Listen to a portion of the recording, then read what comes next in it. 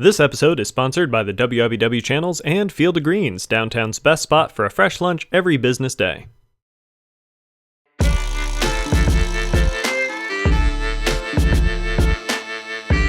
Welcome to Talk About Topeka. I'm Chris Schultz. Tonight we're joined by Jannett Weins from Harvesters. It's a fantastic organization that moves a tremendous amount of food for Kansans in need.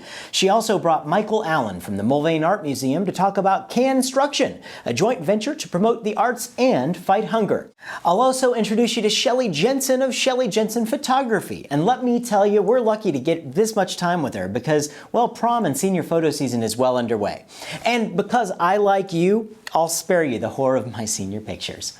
So with that, it's time to get our show underway as well. You might notice a few things look a little different. It's because, well, we have a brand new studio. Sure, we still have the blimp for our forecast and all of our outings, but as we grow and expand, so did our studio. So thanks for keeping us on the air so long. The best is yet to come, and it all starts right now.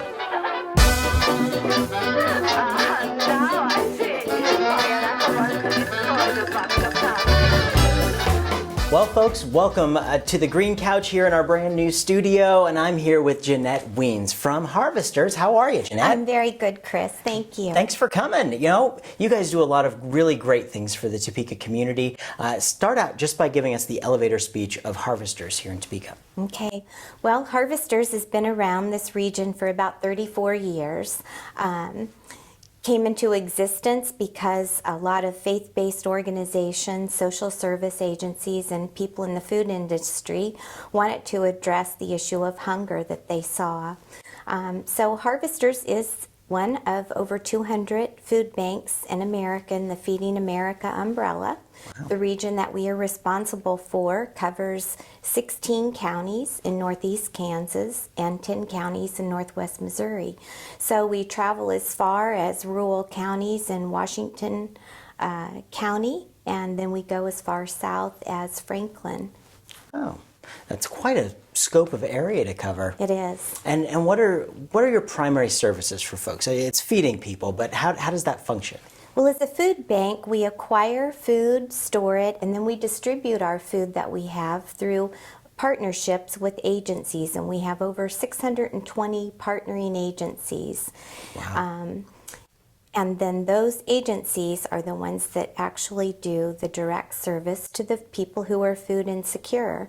We do know that in the region that we serve, that 1 out of 8 individuals is food insecure, which means that they may know where their meal is coming from today, but they may not know where their meal is coming from tomorrow. That's a scary statistic, isn't it? It's very scary because when you think about 1 out of 8 individuals, that means we all know someone.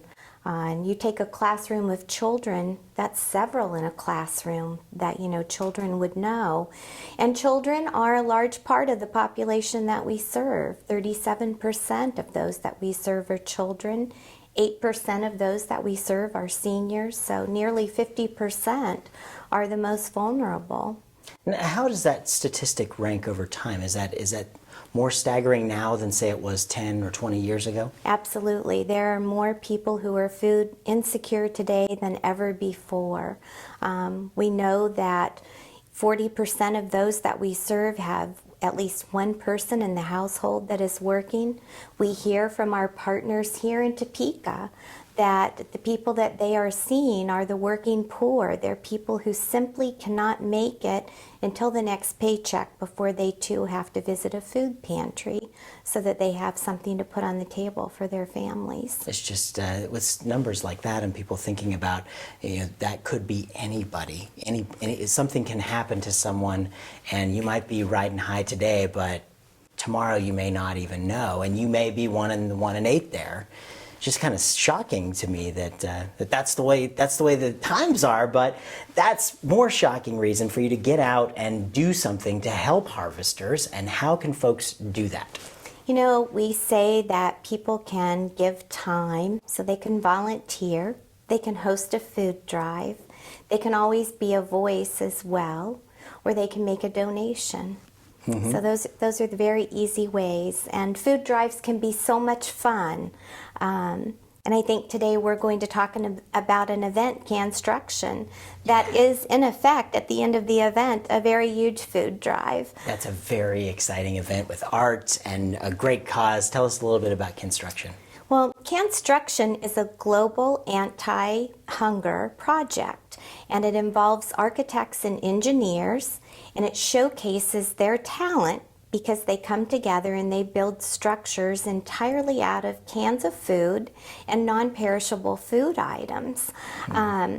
It's been going on for 22 years. There are about 100 sites across the United States that host this event, and we're very excited for Topeka to have its first. Our inaugural this summer. year. Hopefully the first of many for this. I think it's a great way to have some fun and help some folks out at the same time.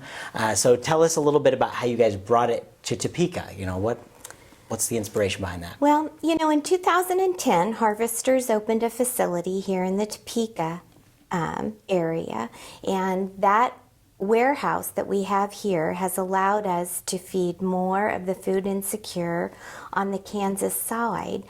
We've distributed over 8 million pounds of food just last year in this region. In Kansas City, for 13 years, Harvesters has hosted a Canstruction event. And over that time, the food that has been donated through those structures has provided 324,000 meals in our service area. Wow. So we thought, what a fun event to bring to Topeka. It'll be something fresh. It will allow the Topeka community to talk about the issue of hunger. It will allow us to educate people about it. And then when it's all over, all of the canned goods from those structures will go to the food bank and be distributed to our partnering agencies to help fill the shelves of those pantries that will so desperately need it as we go into summer and children are out of school. And and you guys, you know, you partner with a lot of organizations and have great partnerships with that. How have you been able to build partnerships with folks like the engineers and folks who are going to be participating in this event? Well, you know, we're really lucky, and as you know, in the Topeka community, people have such a big heart. So we have between 350 and 400 volunteers come to Harvesters every month and help us get the packing done so that food does go out to our partnering agencies and gets sent out on those mobile food distributions. So we have gained some friends along the way from some different architecture and engineering firms. And so when we shared this friendly competition idea, well, they were all about it, and I bet they were. We are too. We can't wait to see what they design. Absolutely, that's spectacular. Well, Jannett, thank you so much for joining us. Thank you, Chris. And coming up, we have Michael Allen. He's been on our show before. He's with the Mulvane Art Museum, and he's working with Canstruction. So, folks, don't go away. We'll have some more about Harvesters and Canstruction with Michael Allen right after the break. Well, welcome back. We just spoke with Jannett Weins from Harvesters about Canstruction happening for the very first year here in Topeka. Another guy here, you're no stranger to our couch. It's a new studio, but you know, some new digs going on. Michael Allen. How you doing, Michael? I'm doing good, Chris. How about yourself? Good, good. Last time you were on, we were talking about Aaron Douglas Art Fair, and Yes, we you are an incredible artist around Topeka. You work with the Mulvane Art Museum, and you got involved with Harvesters here with this event. How did that happen? Well, basically through the Mulvane. Harvesters came to the Mulvane as a potential host, which, by the way, we are so excited to be the host of the first ever Canstruction event in Topeka, Kansas. We have space for 7 structures in our main floor galleries. So not only will it be a competition of sorts, but it's also going to be an exhibit. A lot of these are works of art. There are lots of categories that they can win as far as best design, best meal, structural integrity, the best use of labels. And I think that Jannett had provided you with some images from the Kansas City events. Yeah, so you never know what it's going to be. So again, we're totally excited to be hosting this at the Mulvane. And so how did that partnership build between Harvesters and the Mulvane for this? Actually, it started with a previous director. And she went on to Florida, and then once the new director was hired, she got on board with it also. It's too much fun not to. Oh, I know. I know that the director that is at the museum in Florida actually took the idea to Florida and has already hosted a Canstruction in Florida, which is kind of cool too. Very cool. So our Topeka connection is outreaching on that one. Something that they brought brand new down there to do that started here, even though ours hasn't happened yet at this point. But yeah, so it was just a Mulvane staff, curator, director, myself as preparator, meeting with Jannett and the Kansas City people. Jannett and I last year got the opportunity to actually travel to Kansas City, watch the build-up, watch the event unfold and whatnot, so that we could bring that knowledge back to Topeka to kind of figure out how to structure our own event. Speaking of the build-up, that is going to be held May 31st, and teams will have 12 hours to complete their constructions. They start at 8 o'clock in the morning. They must be finished by 8 o'clock at night. They work in a 10 by 10 space, and in the Mulvane they can only go 8 feet, which is just a little bit under the Canstruction guidelines. And as Jannett mentioned, this is a global, international, national competition, so there are sets of rules that they must follow. They can't tear up the labels because that food does get distributed. So it's going to be really exciting, especially when you start watching them from the ground floor. And then about halfway through the day, you start to see it and you start to recognize it, maybe start to guess what it is, and then to be able to see it at the end when it's in its full glory, and you can kind of see the design that they've created and this structure, this amazing 3D structure that you can see and walk around and experience. It's quite wonderful. So in working with the designers here, what are they seeing? What kind of fun are they having with this? I think the initial planning, I've talked to a few of them. A lot of these architects and engineers in different firms, they'll actually go out and buy canned goods so that they can compare colors, so they can compare the size of the cans, and you'll see some of them have little structures in their desks or in their offices where they're trying to find the best use of a label, trying to coordinate colors. It's really cool that I think designing it, the build has got to be fun. Obviously, I've never done that part of it, but I think just that whole process of coming up with what's going to work best. Yeah. Well, folks, you need to be checking out Canstruction. When are those people going to do that this year? The actual official preview party award ceremony will be held on the first Friday of June 6th. Easy enough to remember. Easy enough. Put in the calendars. That's on that's actually the night before the Mulvane Art Fair. Okay. Which you might have heard of also. It's a huge thing. It's huge. 90 artists, 13 states. So it'll be the night before the fair. So it's a nice lead into the fair. Harvesters is also going to have a booth at the fair. So you can pick up information about the Canstructions. Come visit us at the museum. Visit us at the fair. It's going to be a wonderful time. And this sounds like a whole lot of fun, but hunger is not fun, and that's why Harvesters needs your help, whether it's with Canstruction or whether it's through your donations, whether it's for your time or money. Get involved with Harvesters, folks. Check out the website right here, and it's up above us. Oh, yeah, right? See, just act surprised. It's great.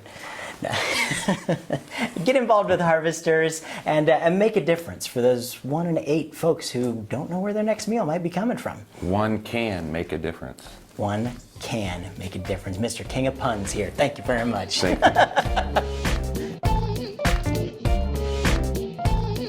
Joining me today on the green couch is Shelley Jensen of Shelley Jensen Photography. How you doing, Shelley? I'm doing great, Chris. How are you? I'm wonderful, wonderful. Good. Thanks for joining us, and I'm glad to have you on the show because your name's been all over Topeka. Everybody knows you're an incredibly awesome photographer. Thank you. And that's absolutely true. So how long have you been a photographer?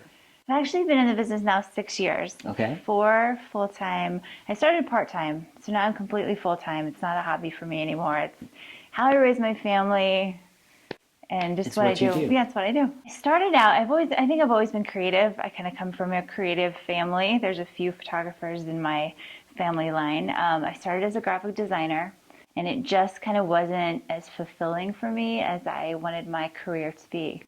So I started taking some classes, started following some of my favorite photographers, and it just kind of clicked. And I love it. I absolutely love it. Well, you certainly have an eye. As we go through, we're going to show some of the work that you've done here, and you've done work with babies, seniors, you name it. Tell us a little bit about the spectrum of what you do. I do it all, and people ask me all the time, what is your favorite thing to photograph? And I say all of it, because it's all different. It's like, to me, it's like capturing a moment in time. And when you look back at that photograph, you remember the moment it took place. You remember how you felt. There's emotion in a photograph, and I think that's why I love it so much. So every session is different, whether it's a newborn and a mom holding her child for the first time and just capturing that moment, or a high school senior capturing that milestone in their life, or a wedding. Weddings are fantastic because I get to capture the entire day. And as they look back at those photos, it's kind of like telling a story through photographs. So they can relive that every time they look at their photo album or every time they look at their pictures. So there's a whole lot of different kind of photography seasons, and right now, what season are we working on right now? We are in the middle of springtime, which brings out families, and then most importantly, high school seniors. It is really time for those 2015 seniors to be booking their senior pictures. And I know all mothers out there are like, I can't believe my baby's a senior, but it comes up quickly and it's a great moment to capture. So that's kind of what I'm booking right now, is high school seniors. And technology's changed a lot with that. How has that process, say, from the mom and the dad, from when they got their senior pictures taken to now their kids? Like, what are we seeing? It's a lot different. There's locations that we go to, different locations versus just in the studio. But I do have a studio, so we can do studio, we can do outdoor. Girls are wearing more and more outfits. There's more and more looks. And then also Pinterest comes into play now, where everybody goes online and they kind of see what style they like and they bring it in. So I kind of get to know their style before we even start the shoot. So yeah, it's a lot different from when I or my parents got their senior pictures taken. Yeah, things have changed. I'm not going to say it for me because I'm not going to date myself there.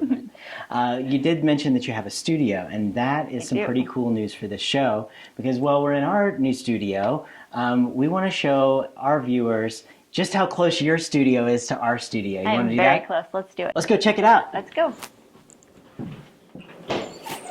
After you. Thank you. So we said we're close. We are absolutely close because it's like right next door, right? Right next door. Let's go on in and check it out. All right.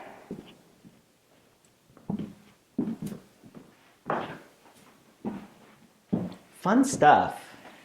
Yeah, this is kind of the shooting area. This is where the subjects are. Got different backgrounds, got these old doors, different props, different chairs.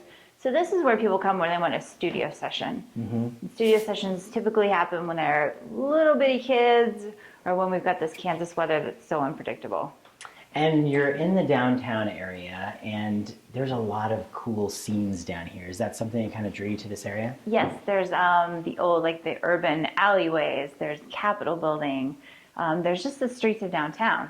So there's always some hustle and bustle going on, and there's always also people willing to help you. If you've got a child that you're trying to get to smile, there's always somebody on the street that's going to help you, make that little kid laugh. So it's great being downtown. Yeah, and we love having you right next door to us here. So, folks, this is Shelley Jensen with Shelley Jensen Photography. Tell folks you had a website. I do. It's shelleyjensen.com, and that's SHELLEYJENSEN. Oh, it's right above our heads, right over here, isn't it? Is it? No, I think it's over there. Oh, there you go. Shelley, thank you so much for joining us on the show. And folks, check her out. She is an incredible photographer. I can't give her any more praise because you're really great. You've got some wonderful work here, Shelley. Thank you so much. Thanks a lot.